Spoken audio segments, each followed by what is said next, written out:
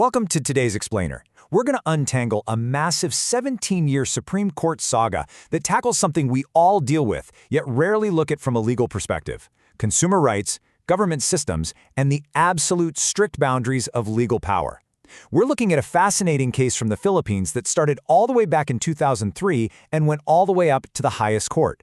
It's a story about good intentions, wild legal overreach, and how the justice system actually functions behind closed doors.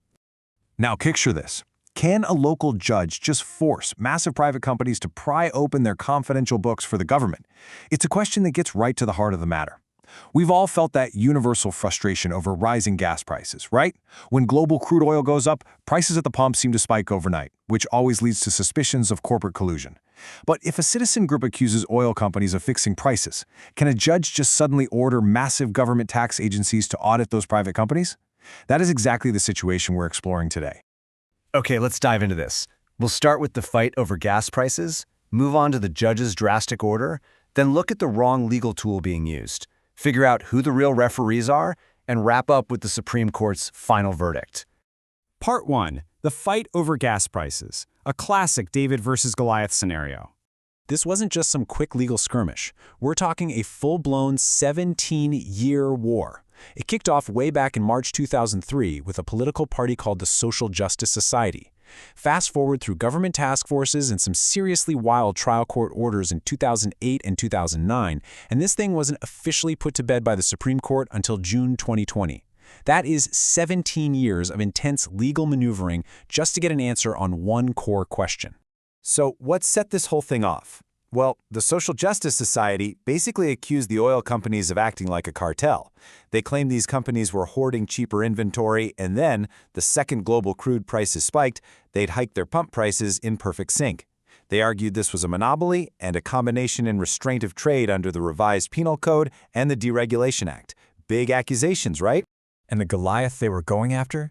The Big Three. That's Filipinas Shell, Caltex, and Petron. These three corporate giants absolutely dominated the downstream oil industry. Unsurprisingly, they immediately tried to shut the lawsuit down. They argued the citizen group lacked legal standing, didn't have a proper cause of action, and crucially that the court had absolutely no jurisdiction to even hear the case.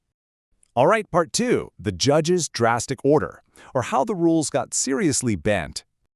Now, the trial judge needed a way to justify taking action, so he pulled out a legal doctrine called parens patriae. It's Latin for father of his country. Basically, it means the state has this inherent power to step in and protect people who can't protect themselves, usually minors or the incapacitated. But here, the judge twisted it a bit. He claimed Filipino consumers were totally helpless against the business pursuits of these massive oil companies and desperately needed the court to play protector. Fueled by this idea, the judge dropped some massive orders in early 2009. Step 1, he completely denied the Big Three's motions to dismiss. Step 2, he actually granted the citizen group's request to pry open the highly sensitive private financial books of the Big Three. And Step 3, this is the real jaw-dropper. He ordered huge government agencies to form a panel and conduct a massive audit. Let me emphasize just how wild this legal twist is. The judge literally commanded the Commission on Audit, the Bureau of Internal Revenue, and the Bureau of Customs to forcibly audit these private companies. He basically conscripted three massive government bodies into an antitrust investigation they never asked for, had nothing to do with, and actually had no legal power to even perform. He even threatened the agency heads with contempt and arrest if they refused. Crazy, right? Which brings us to Part 3, the wrong legal tool. Because as it turns out, jurisdiction really matters. Now, what's really interesting about the original lawsuit is the specific legal tool they used. It's called a petition for declarative relief. To put it simply, this is like asking a court for advice or permission before you do something. You use it to clarify your rights under a contract or a statute so you don't accidentally break the law in the first place. But here's the catch. Timing is literally everything in law.